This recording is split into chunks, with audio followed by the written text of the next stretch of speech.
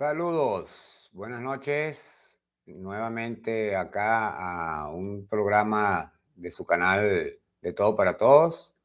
Hoy vamos a hablar en este tip informativo sobre las elecciones municipales, ¿no? Ya que mañana son las elecciones municipales en Venezuela y más allá del hecho por quién usted vaya a votar, debe saber y entender ciertas realidades, bien sea que sea de aquí, que viva afuera o sea de afuera, de allá de otro país, porque la democracia tiene ciertas normas universales, aunque cada país tenga sus particularidades, ¿no? Usted también debería saber esto sobre el caso particular, valga la redundancia, sobre las elecciones en Venezuela, ¿no? Bueno, como le estaba diciendo, bienvenidos a un nuevo tipo informativo del canal de Todo para Todos. Les habla Enrique Sturjan desde acá, desde Caracas, Venezuela. Comenzaremos con un corto recuento histórico, como para que usted entienda ciertas cosas. En la llamada Cuarta República, hasta el año 1999, solo el 30% de la población estaba cedulada porque el otro 70% no sabía ni leer ni escribir o vivían en lugares lejos que no se cubrían ni por el ente de cedulación ni por el ente electoral. Y por consiguiente, todas estas personas no tenían el derecho al voto. A este porcentaje se debe sumar otro tanto que estaba cedulado, pero tenía el documento vencido, con lo cual no se puede votar en Venezuela según la ley, o estaba renovado, pero el ciudadano se mantenía sin el mismo porque se les daba un comprobante que podía durar hasta 3 años en sus manos, sin que se le diera la cédula de identidad. En mi caso particular, fíjense, a mí me tocó una vez, cuando renové la cédula, un año prácticamente con este comprobante en las manos, en un papel verde que se daba grande, uno lo tenía que empastar para que no se deteriorara, porque uno sabía el tiempo que eso duraba, de 1 a 3 años. ¿Ok? Yo tuve mucha suerte que me salió en un año y no en 3. Entonces es decir que esta gente no votaba y terminaba votando supuestamente el 30%. Pero aquí el detalle, y sí, el pero. De ese 30% había de entre 20 o 40% de abstención, dependiendo del tipo de elecciones, si eran nacionales, regionales o municipales, ¿no? Es decir, que quedaba poco más de un 20%. Una sola vez pasó que la gente votaron más de 2 millones de personas, o hubo más de 2 millones de votos, o cerca de 2 millones de votos en el país, y para ese proceso era una población de unos casi 12 millones de habitantes, ¿no? Pero, y si le sumamos que de ese porcentaje había buena parte del voto nulo, además sería mucho menos la votación válida. Por cierto, cabe destacar que el concepto de democracia, ojo, con este punto en particular, y de elección sobre todo, contemplan los votos emitidos. No se habla en ninguna parte, en ninguna ley, en ningún país sobre la abstención. Eh, Generalmente se hace por términos generales, valga la redundancia nuevamente, pero sin validez alguna en el resultado final, pues porque sencillamente no hubo un voto, no hay escrutinio sobre ello. Simplemente se dan los datos de la abstención, que puede ser causada por muchas variables, ¿no? Es decir, que los resultados se dan en base al voto en las urnas y no en los votantes en general u otra razón. Es una de las trampas que se han usado siempre en las democracias occidentales, sobre todo, para validar gobiernos impopulares que suelen endeudar al país, ser corruptos y vender o privatizar sus empresas nacionales e incluso sus propios territorios. Caso de Venezuela, que en los últimos 100 años, 120 años, 130 años, eh, perdió más de un tercio del territorio con Colombia, Brasil, además de haber perdido Trinidad y Tobago, Aruba, Curazao, Bonaire y el robo de la Guayana Esequiba, por supuesto, que es más de otro tercio del territorio actual. Entonces calculen ustedes cómo se hacía todo esto, ¿no? Un porcentaje pequeño de la población votaba por un señor que después terminaba perdiendo parte del territorio, o sencilla y llanamente nos llevaban a las guerras civiles para que eso ocurriera, y en las guerras civiles se montaba, era el que ganaba la pelea, y no era por votación. Las primeras votaciones fueron con Rómulo eh, Gallego, y fue derrocado por los adecos, por cierto. Entonces, volvamos a lo electoral, y vamos porque por la parte de más o menos ya nos quedaría un 25% de la población que terminaba siendo la que votaba, y un porcentaje de este era un voto nulo, ¿no? Estábamos diciendo. Luego venían los votos robados y los votos fantasmas, que eran aquellos muertos que votaban, ¿no? Con lo que arreglaban las cuentas y se repartían las cuotas de poder entre partidos, y sobre todo entre el bipartidismo adecocopellano, dejando solo las migajas para guardar las apariencias a los otros partidos, ¿no? PCB, UPB y otros partidos que existían en aquella época, URD, que de hecho fue parte del pacto de punto fijo, y no, a la final no lo tomaron en cuenta. Bueno, luego vamos a los escrutinios. Entonces, cuando estos llegaban se decía que había un 30% de votación, y de ese 30% era que se totalizaba el ganador. Es decir, no obtenía más de 1 millón de votos. Solo recuerdo 2 casos que hubo más de eso, como les estaba diciendo, en el 83, cuando vino lo del Viernes Negro, que no es casual. Me atrevo a decir que fue el mismo mecanismo que se le aplicó a Nicolás Maduro acá en 2013 sobre lo de la cuestión del petróleo. Ese viernes 13 fue muy similar, que aquí vino el petróleo y cayó, apenas han llegado Nicolás Maduro al poder, el petróleo cayó a menos $47. Recuerden eso, y si no, búsquenlo en la web, que lo van a encontrar esa información. En esa época, en el 83, a Luis Herrera Camping le aplicaron lo mismo, una persona que era bastante nacionalista, y bueno, terminaron destruyendo lo que él pensaba hacer de gobierno, ¿no? Y por supuesto el país también. Nos llevaron al comienzo de la gran crisis económica, que derivó en otros actos posteriores de los que vamos a estar hablando. Recién entonces electo Maduro, después se hizo este nuevo Viernes Negro petrolero, pero en este caso no hubo el derrocamiento. Entonces vinieron las sanciones, porque Estados Unidos y Europa no podían mantener esos precios en pérdidas para sus empresarios, para sus propias empresas, por cierto. Luego fue la votación de 1988, dentro de lo que es el recuento que les estoy dando, del 83, el 98, el 88. Y esta elección, pues, yo recuerdo que, si mal no recuerdo, Carlos Andrés Pérez en ese momento sacó más de 1 millón de votos. Y eso fue una gran victoria, habiendo 12 millones de habitantes en el país. Y 2 meses después terminamos en el Caracazo. Vean ustedes cómo manejaba la cosa. Ya para cuando la votación de Chávez en el 99, el número fue bastante alto, creo que fue el 56%, pero seguía siendo bajo. Recuerden los contras que ya les hemos estado mencionando sobre lo de la sedulación, el analfabetismo, la distancia a los centros electorales. Era una Venezuela casi rural en ese momento, aun cuando seguimos teniendo gran parte del país en rural. El 75% de la población está en ciudades. Luego Chávez entonces inició la misión Robinson, y tras ella la sedulación masiva, que devino en un aumento sustancial en la votación posterior, que siempre superaba desde entonces el 40%. De hecho, se llegó una vez a tener el 60%, luego, cerca del 60%. Luego vinieron las sanciones, las guarimbas, la pandemia, lo que redujo el voto, ¿no? Lo redujo naturalmente, no por los llamados a abstención. Vamos a estar claros allí.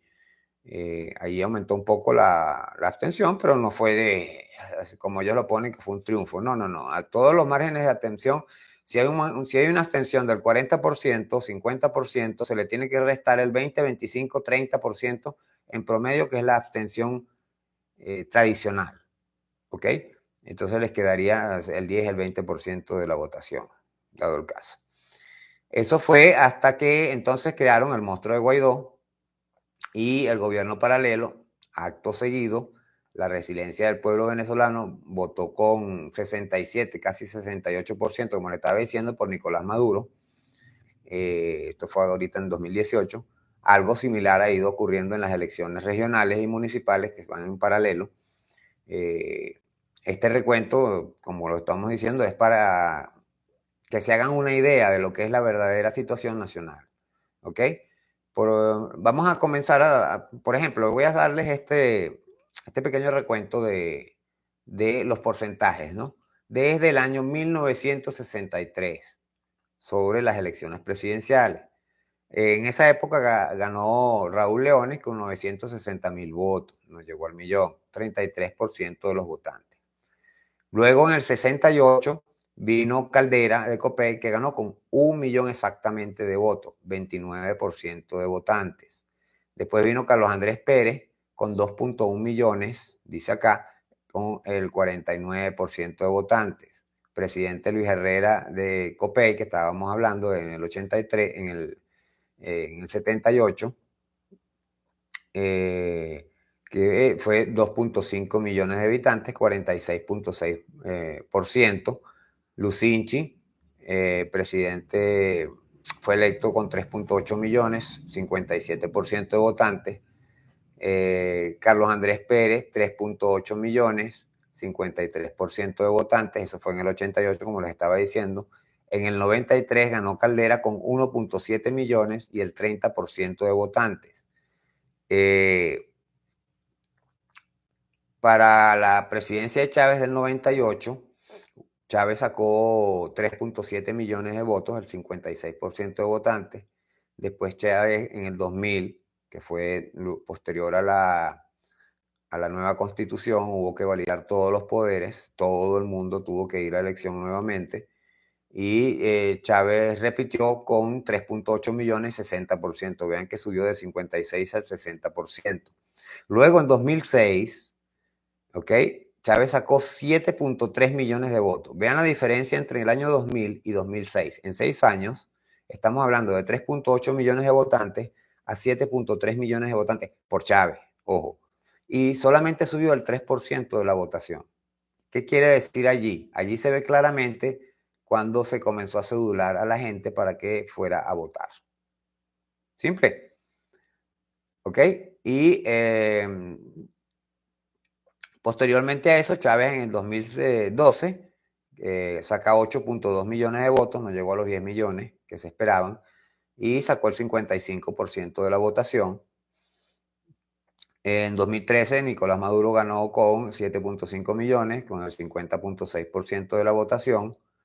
Y en 2018, Maduro sacó 5.8 millones, que es el 67.7% de la votación, de los votantes. Vean que Maduro, entre el 2013 y 2018, bajó de 7.5 millones de votos a 5.8 millones de votos, pero con los votantes subió del 50.6% al 67.7%. Allí se ve el porcentaje de abstención, que fue sencillo y llanamente del 17%. Esa fue la abstención de la oposición. Eso es todo lo que ellos tienen de voto. ¿Ok? Vean lo que está clarito allí en esos números, dónde están los votos de cada quien. Estamos hablando de la votación que hay cuando hay elecciones, ¿no? En el proceso electoral. Pero a este le sumamos la abstención regular.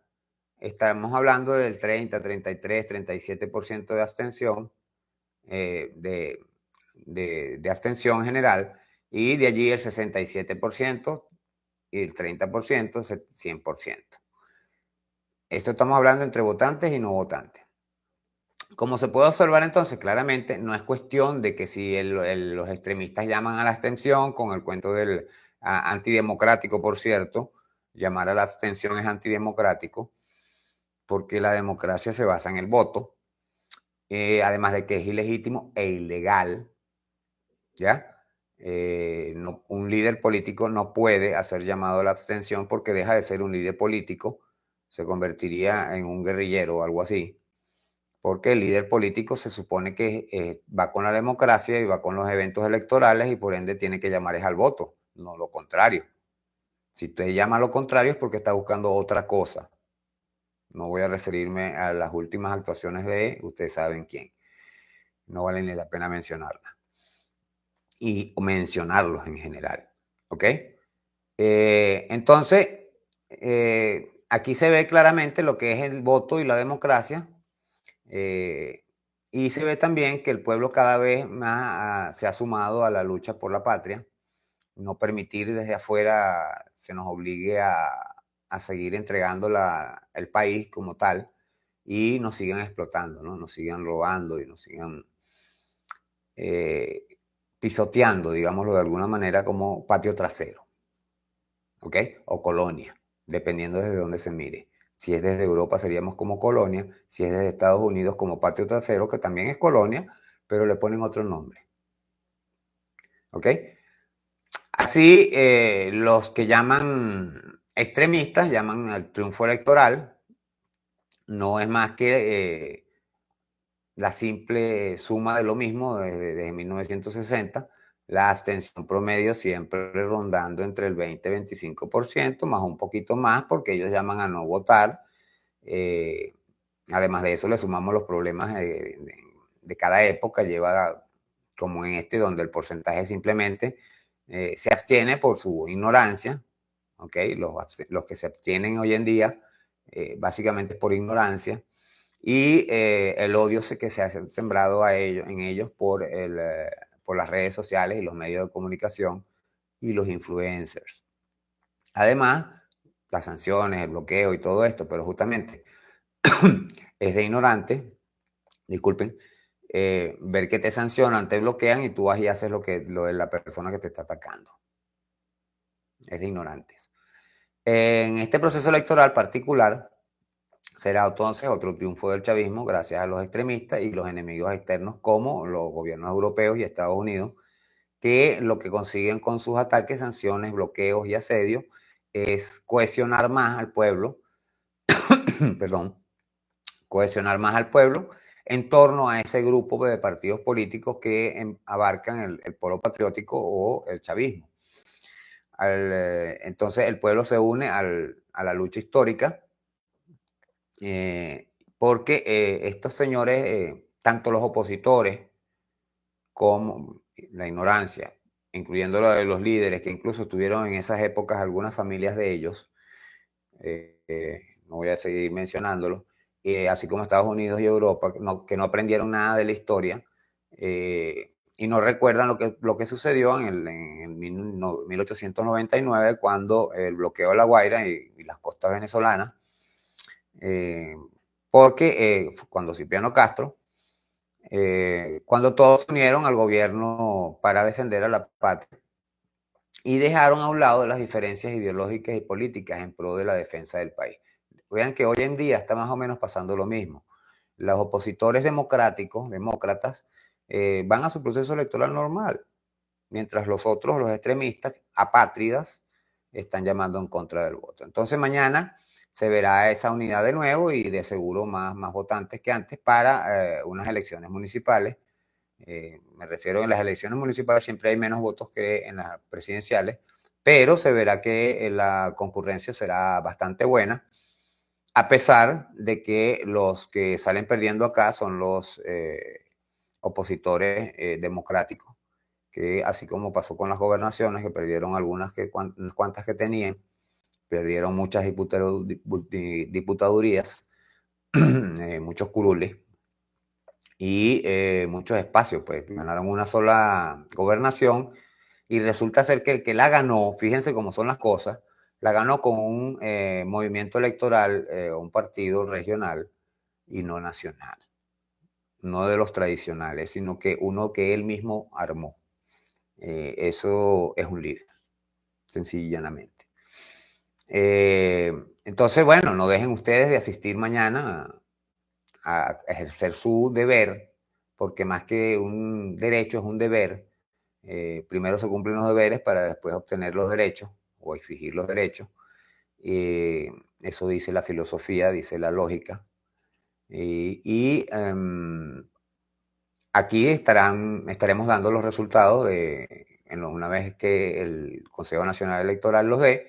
Aquí los vamos a pasar como hicimos con lo de las regionales, para que ustedes vean municipio por municipio, de los 335 municipios del país, quiénes fueron los que obtuvieron la mayor cantidad de votación, ¿ok?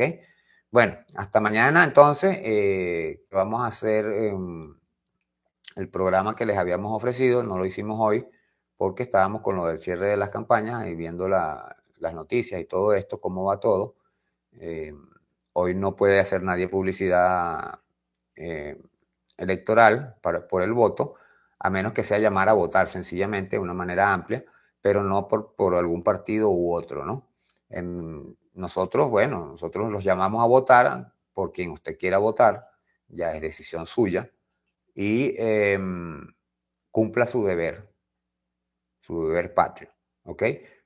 No olviden primero sus likes, las suscripciones, compartir nuestros videos, y que sobre todo ya pueden afiliarse a nuestras membresías e incluso colaborar, ¿no? Por pago móvil y PayPal.